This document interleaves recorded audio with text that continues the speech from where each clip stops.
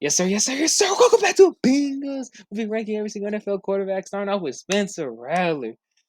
All right. You know, someone's had to be 32. I'm sorry, Spencer Rattler, but I don't even think he's going to hold a job by week 4 or 6. I think Tyler Shook, sure, So trash. show something. I think he's going to take over by then. So that's why we got Spencer Rattler at 32.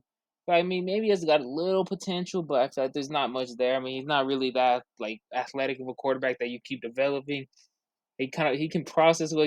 He has decent arm, but he's also takes bad sacks. This is not the QB of the future for the Saints. So that's 32. All right, next up we got Daniel Jones. I mean, there's a reason why the Giants left him. Let's be honest. I mean, he's a good athlete. We've seen him break long runs plenty of times. He might trip and fall during them, but he's a decent athlete. He's got okay arm strength, but it's another one of those things. Process to read the field. He's always getting his balls in late. No pause. I mean pause. Um. So yeah, we got Daniel Jones at 31. Next, we got Joe Flacco. I mean, like he was a good quarterback in his days, but he's just Like I don't think that he's gonna be able to go through an entire NFL season. I think we'll see Kenny Pickett or one of the rookie quarterbacks take over. If not both, we'll see probably like maybe we'll see 4 quarterbacks for the Browns play this year. Yeah, I just think he's a little too old to really be dynamic anymore. I mean, he's smart, got knowledge of the game, but that can only take you so far. Yeah, here's 31. I mean 30.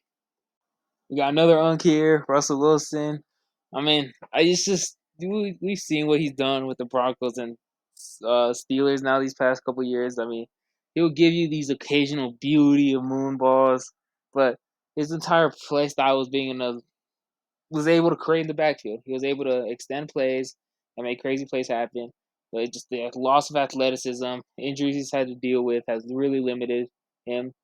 I feel like the Giants will be starting someone else by week 6, week 8, somewhere around there. I just feel like he's limited at this point. His play style has been cut down so much. And he just takes bad sacks. So yeah, you got me at 29. All right, here we got the number 1 overall pick, Cameron Ward. A great arm coming out of Miami. He's able to extend plays. He's really poised in the pocket. I mean, it might, people are saying, he might get rocked because of it, but we'll see. I think maybe he want his processing to be better. He want his accuracy a little spotty at times. As athleticism is great, though, I feel like he's going to be able to make a lot of jumps in this list. But for now, at the point 28, he's really improving. Yeah, but he got high hopes for him. I mean, really tough week 1, though. There we go. We got really another unproven quarterback, JJ McCarthy. Sadly tore his, I think it was meniscus or was it his ACL? But yeah, so he's really unproven. But I'm someone who really likes JJ McCarthy. That was one of my favorite quarterbacks coming out of last year's draft. I feel like he's young. I feel like it was a nod because this Michigan team is really good, but I feel like at the same time you can use that and like say, for example, the Vikings have a really good roster. You have a quarterback that knows how to play around that, really knows how to use his weapons. Also, I think he's a little undervalued too. I feel like he just wasn't asked to do much because the running game was great. But I mean, I feel like I would put him higher, but for now, I have to put him at 27 just because I feel like he's unproven, so we can't really put him too much more higher. Yeah. All right, we got number 3 here at 26. No, he's but he's still throwing that rock. He can still throw. He still had a decent enough season last year. He was able to go for over 4,000 yards. He showed that he can still throw the ball. The problem is, can he still win in this type of NFL? We'll see the Steelers. We'll see their improved offense, how it looks, and yeah, here we got him at 26. Okay, at 25 here we have Justin Fields. Now, I think I'm a little more optimistic on Justin Fields than most. I feel like he's shown the potential that he can be an NFL quarterback. He just needs to go out there and show it. I mean, he's got great running ability. That's obvious. He's just really got to put the passing game together. But I feel like he was doing that with the Steelers before they gave Russell Wilson the job. I feel like he's got good weapons over it with the Jets. I feel like he's gonna have a pretty solid year. So yeah, we got him here at 25. Here we go. At 24, we have Michael Penix, but another unproven guy. Could jump a lot of spots this year. I feel like the Penix's main thing though is staying healthy. I feel like it's gonna be something that follows him throughout his entire career if he is healthy for his career, because of all the injuries we saw in college. That's why he was such a surprise pick when Atlanta took him. But he's shown he can put any ball anywhere. He has an amazing arm, has enough mobility to be considered a mobile quarterback. Has great weapons over there at Atlanta. So we'll see how he is, be able to put a full season together. All right, at 23, you know what I'm saying? We got Drake May for the Patriots. We got him here because, he had a good year last year, showed great flashes, great athleticism, you know what I'm saying? He can throw that rock. But, the consistency was off sometimes. So we'll just see, I feel like he will go up in this list. But yeah, so we got him at 23. All right, at the big 2-2, we got Bryce Young, you know what I'm saying? Great, nice comeback, that's what we like to see out of these NFL quarterbacks. And, he showed great flashes, And I think he can be a really good NFL player, NFL quarterback, be the franchise of the Panthers, but we just need to see more out of him, more consistency. Yeah. All right, at 21, we got Trevor Lawrence, I think the team has been built around him. And I'm not even going to lie, I'm not too high on Trevor Lawrence, but I won't take away the fact that he is a good quarterback that does have athleticism and can throw the ball. So, I'm saying 21 respectable for him right now. Hopefully he goes up in his career. All right, at 20, we got the new Raiders edition, Geno Smith. And, he is getting a little older, but his game does not really rely on his athleticism and all that. And, he can throw the ball. I feel like a problem will be the lack of weapons there. I mean, they got Breck Bowers and all that, but other than that, got him at 20. All right, we got the Seahawks new quarterback. They traded Sam Darnold for Geno Smith. And Sam Darnold, he shows he doesn't wow you with none of his like physical or like all that stuff like traits, but he will get the job done. He will play quarterback role, and I guess all that sounds as mid, so that's why he's in a mid spot at 19. All right, at 18, we got Dolphins guy Tua Tagovailoa. You know what I'm saying, and he has dropped a little bit, and it's mainly due to injuries and him not being able to stay healthy, but. When he's healthy, he is borderline top 10. Like a little under the top 10, but he's a good quarterback. He is the Dolphins guy. It's just can he stay healthy? That's why he's at 18. All right, at 17, we got the number one pick.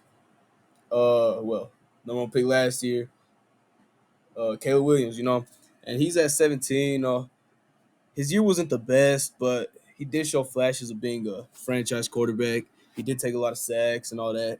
Didn't get the ball sometimes on time, but all that is to learn. You know what I'm saying? That's why he's there to learn. So he'll probably go up the rank.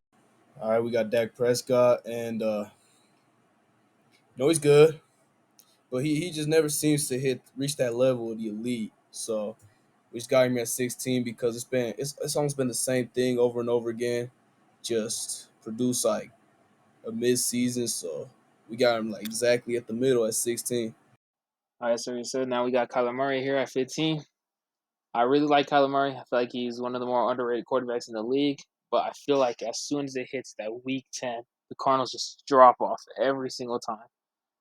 Like last year, I think it was 6-4 at the 10 stretch mark, first in division, and then just choked it away to the Rams. I mean, the Rams were a really good team at that point, but that's why I have Kyler Murray here more low. I feel like he really needs to prove, get into the playoffs, and show that he can be one of the elite quarterbacks. We got here Brock Purdy now, who just got that bag. I feel like he could even be higher than this. He's shown that he can win. He's taken his team to the Super Bowl. I feel like he could be higher than this, but I just feel like it's really hard for me to justify putting him over the quarterbacks over that are above him now. I think if he shows us a little more, has another great run, I feel like he has to be a top 10 quarterback. But I feel like I need to see that one more time. I mean, the San Fran rosters have been really good, but I mean, I don't want that to be a knock on him. But yeah, I feel like just one more time see that, I feel like you'll be able to really justify him being in the top 10. Here we have Jared Goff. I feel like it's kind of the same thing with Brock Purdy. You could really argue for him being higher, but I like the other quarterbacks above him more. But I feel like another reason why we knocked him down to 13 is Ben Johnson leaving the offense. I feel like they might get maybe to a slow start, having to get ready for a new playbook, and to really get the chemistry down of that playbook. Obviously, he still has all of his weapons, so that's a huge benefit for him. But also seeing him be able to take that step in the playoffs, seeing him able to really carry his team when the team needs it. I feel like that's maybe what's stopping him from entering any higher. Here we have Jordan Love. Like he's someone who just needs to just put together a full season of just showing he can be a great quarterback. He has all the intangibles. We've seen it. He really has parts of the season where he just gets on a hot streak. It looks like a top five quarterback in the league. And there's other parts of the season where he's playing bad. He looks like a bottom 10 quarterback in the league. He just needs to stay consistent. I feel like we see those hot streaks more. But if we could just see it through an entire season, I feel like the receivers had to do a lot of part of that. They dropped the most passes of any other team in the NFL. The addition of Matthew Gordon should help with that. That's why I have him above the quarterbacks we've seen before. Is I feel like he's going to be able to take another leap this year and put together a really good season. Okay, we have Matthew Stafford. I feel like maybe he's a little lower just because of his age. I mean, we've already seen through training camp. He's really been struggling to get on the field. I mean, that might just be a precaution by the Rams, making sure the QB1 is good and healthy. And he still has all the intangibles. His arm is still alive. He still has decent mobility. He can read field really well. He's not like a Glenn Singer quarterback. He's not making dumb choices. And the Rams have good enough weapons around him to continue him play good. Devontae and Puka. He should be able to continue to put up the numbers he has been doing. It's just really the age and the injury concerns that are maybe going to hold him back. Okay, we got Baker at 10, which is just a great story. Being able to revive his career the way he has, just got a bag this offseason. I feel like the reason why he's a little lower than maybe because his season, his numbers were probably some of the best, definitely top five numbers. I feel like with Liam Cohen leaving, you have to be a little hesitant. I mean, I know that he's just used to this. He's never had the same OC for more than 2 years. So he's used to it. So he should be able to continue. Great weapon still, but you still have to maybe concern yourself a little bit with Godwin, Mike Evans' age. They did draft Emeka Buga in the first, so he's going to continue to have these weapons around him. I mean, he should be poised for another great year. Oh, when you look at this guy at number 9, just think a four-letter word. The amount of aura this dude has, unbelievable, off the charts. But I mean, I feel like Bo Nix was a really been underrated quarterback. I feel like people have been really talking about him as if he was carried by the scheme, carried by the people around him, which I just don't see. And his leading rusher at 540 yards, virtually no run game to support him. His leading, his uh, catcher with the most yards, second most yards, was a running back. Same with the catches. I feel like he really elevated this offense, and I feel like people are just not ready to admit that just because they don't want to be wrong about Bo Nix. Everyone was saying that he was going to be a bust coming out of Oregon. He was carried by the Oregon dink and dunk scheme, a lot of RPOs and stuff. And I feel like people are saying that that's just not going to work in the NFL. But, I mean, if Sean Payne's returning, if he still gets carried in this offense, we've seen him. He's got better weapons this year. I feel like that just leads to him being better. I feel like the only way his production is worse is because we have a better running game. And even then, I feel like his numbers are just going to be better, like overall play by play. At the number 8 spot, we got Chargers quarterback Justin Herbert. You know what I'm saying? He's always going to have a good year statistically. He got the arm talent. He got the athleticism. He can run. He can do it all. It's just the only problem is he can't really put it together into the playoffs. And now that he has to compete with players like Bo Nix, you know what I'm saying? Who knows if he gets that playoff glory? But still, very talented NFL player. Yes, sir. You know what I'm saying? Numero 7, we got Jaden Daniels, the rookie of the year, the second best rookie quarterback. You know, he was great this year. He led his team to the NFC Championship game as a rookie, which is something great. And I just see him climbing up this list. All right, number 6. You know, this might surprise people just because of the year he had.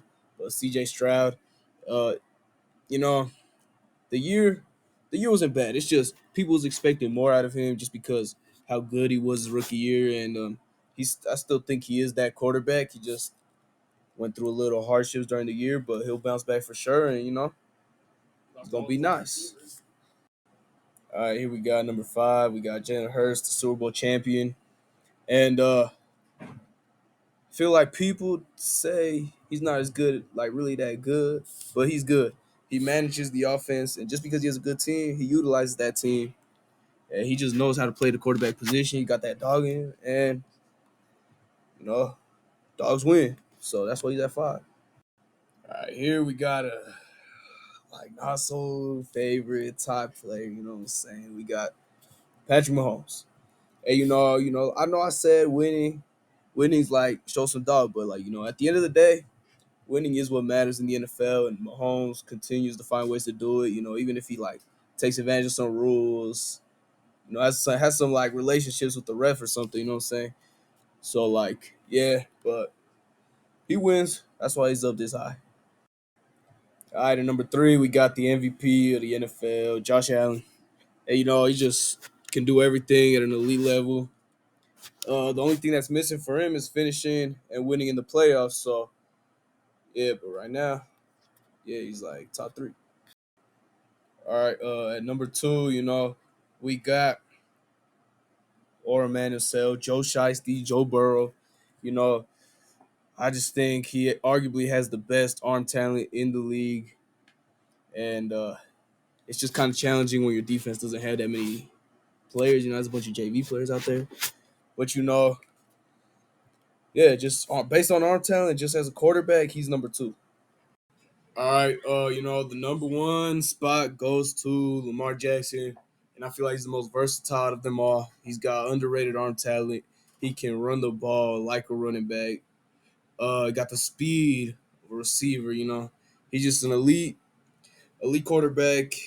And to be fair, I feel like he hasn't won in the playoffs much, but I feel like it's little things that get to him, and they're not always his fault. So yeah, that's why he's at the number 1 spot. And that'll end the video for now. You know what I'm saying? So try to be a psych. We got Shador Sanders, number 0. You know what I'm saying? Perfect timing. The GOAT. Bing us out. All right. Subscribe, like, all that. Check out live streams. Yes, sir.